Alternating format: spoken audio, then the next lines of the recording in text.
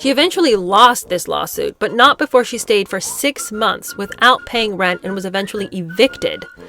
And for a person who says that the apartment they're living in is killing them, it's wild you would stay there anyway when you have enough money to pay for an apartment at $3,500 a month.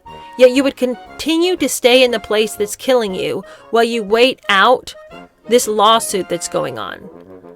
Well, she loses because Lise had said there are certain requirements to staying here. One of those things is as soon as there's a problem, you need to let us know so we can fix it. She'd failed to do that and then was angry that there was a problem that she'd never asked for help to fix. But when we look at who she's been over the years, it just surprises me that people are willing to settle in on the fact that she's a truth teller. I'm confused as to when that happened. There's 3 major incidents I want to talk about in her life. When she was a senior in high school in 2007, there was a group of 4 white males, one of whom was one of her good friends, who decided to leave her a series of egregious voicemails.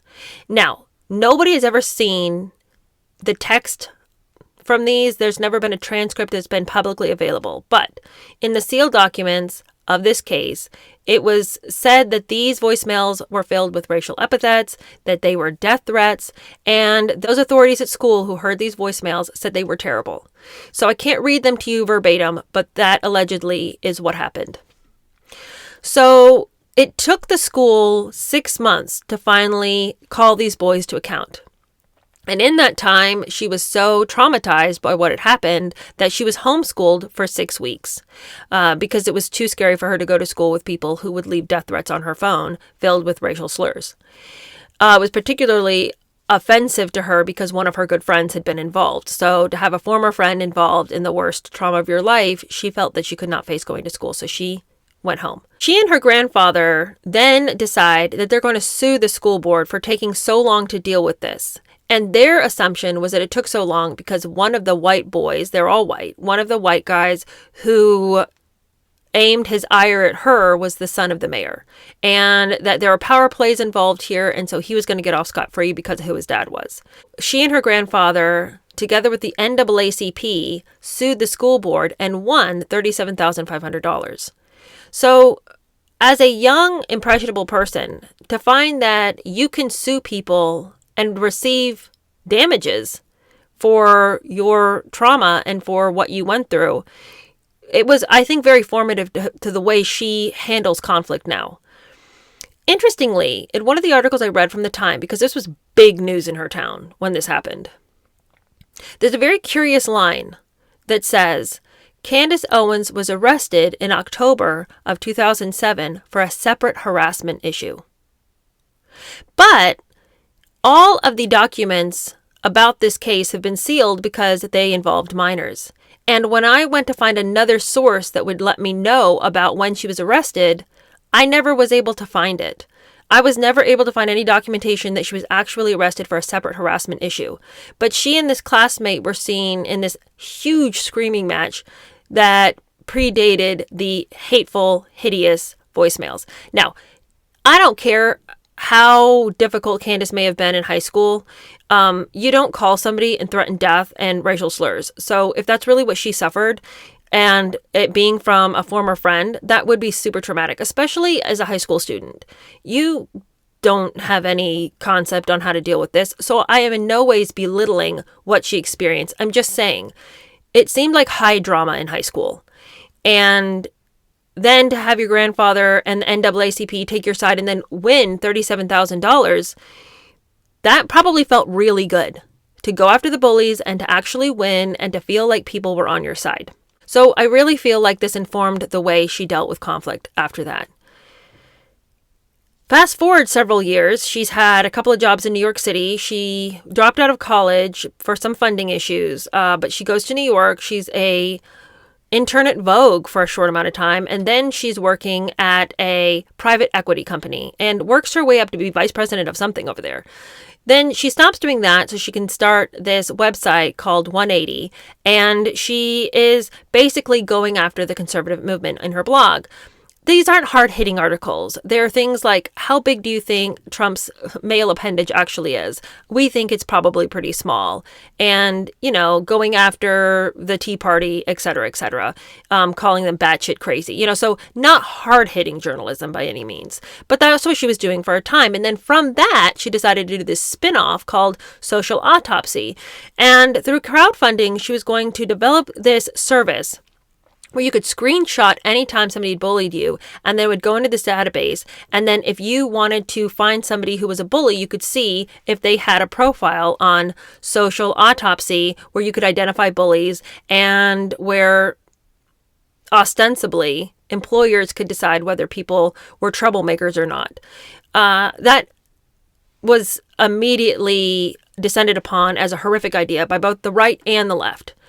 All political spheres saw this as problematic because we don't really need this big brother movement where you are collecting data on people so that they can then pay socially for what they said. People shouldn't be treating others terribly, but unfortunately, if you also want to have the right for free speech, you can't then have a platform that seeks to prosecute those for free speech. And also there was a doxing issue. So now that we've identified who these people are and where they work and everything, now anyone can just go and attack these people? It seemed like a terrible plan. Candace Owens is approached by someone from the progressive left, and they say, I really think you shouldn't do this. This seems like a really bad idea, and asks her to reconsider the entire project. Candace Owens is like, this is a great idea, and I don't care for your opinion on it. Shortly after, Candace Owens' personal information and the information of her friends is released to the public, and she is doxxed, and she has all these people showing up at her house, and they have her phone number and her address, et cetera, they know where she works. She feels that her life is in grave danger. So the very website that she came up with to do that very thing to people was now being done to her. But she, through very shoddy means, decided that the person responsible for releasing her information was the progressive who had come to her and said, hey, I think it would be great if you didn't do this. That flipped her into a conservative. And so after that incident, she wanted nothing to do with the left or Democrats or anything like that. And she plugged hardcore into the idea of being a conservative. And the conservatives, who had very few black people to speak boldly for the conservative viewpoint, were only too happy to bring her along. They really wanted somebody young, somebody capable of reaching a younger demographic. And so Candace Owens was the belle of the conservative ball. She learned all the lines, she could say all the things, and she was really, really unafraid to say things that were feather ruffling. She liked to ruffle people's feathers. It made her feel powerful to evoke an emotional response from people, so she did it consistently, and she found that the right celebrated her. Donald Trump said she was great. Kanye West said he liked the way she thought. So to get somebody like Kanye West to approve of her was like the greatest dopamine hit she could ever receive. So she was going to press into whatever it was that made her feel really good about herself. So we have a person who has a pretty dramatic high school experience.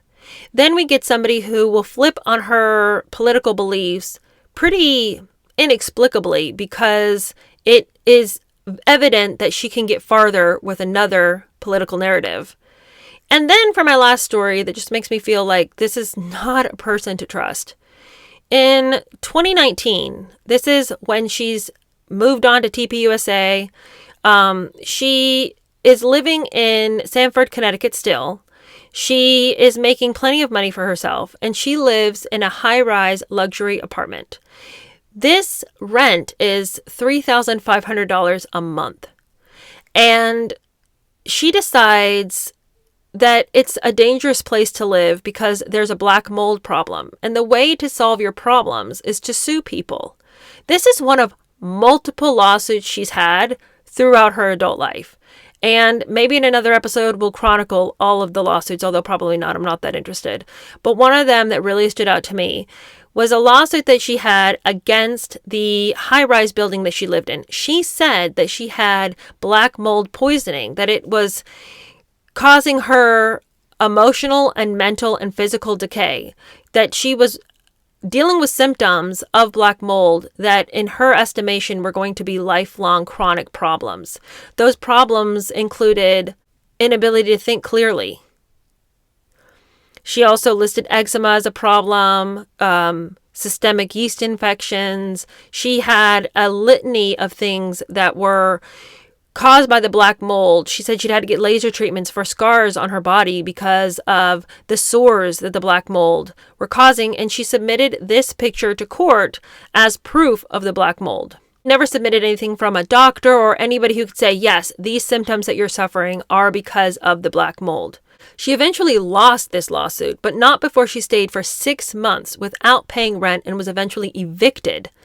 And for a person who says that the apartment they're living in is killing them, it's wild you would stay there anyway when you have enough money to pay for an apartment at $3,500 a month. Yet you would continue to stay in the place that's killing you while you wait out this lawsuit that's going on.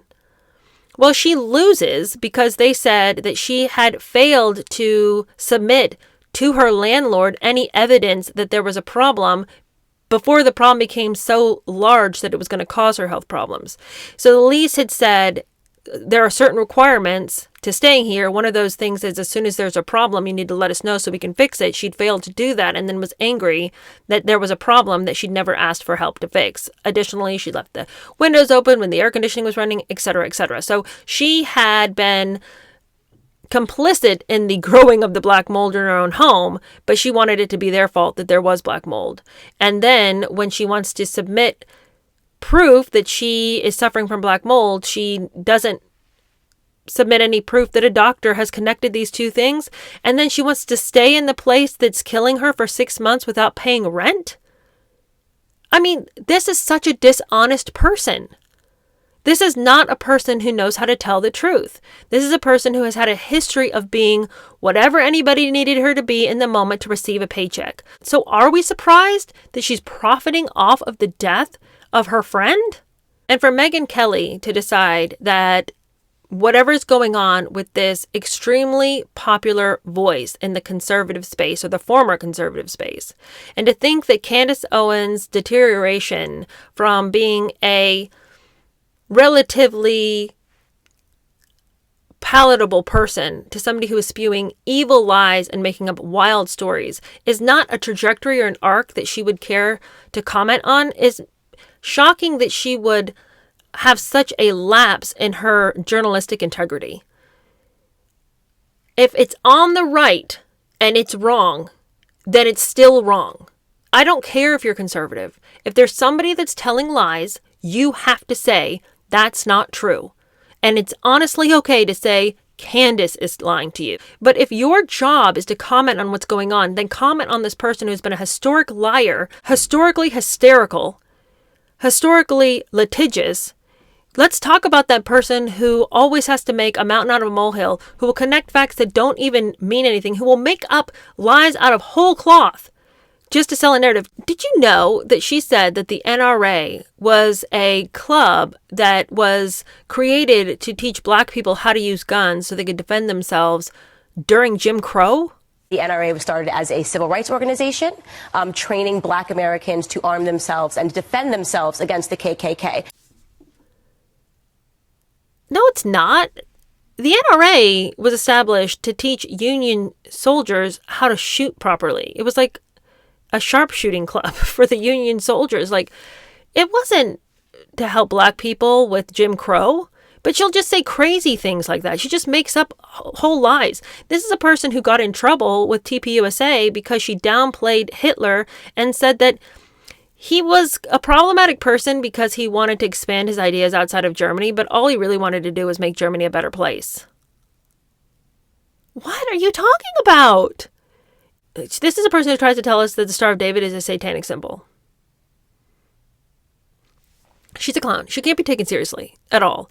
And for Megyn Kelly to act like it's not worthy of her commentary, that she doesn't opine on whether it's evil or not, to continually lie to people and confuse people in this already incredibly difficult place to understand information, for her to act like her job isn't to comment and to clarify and to set people straight, then what are you even doing?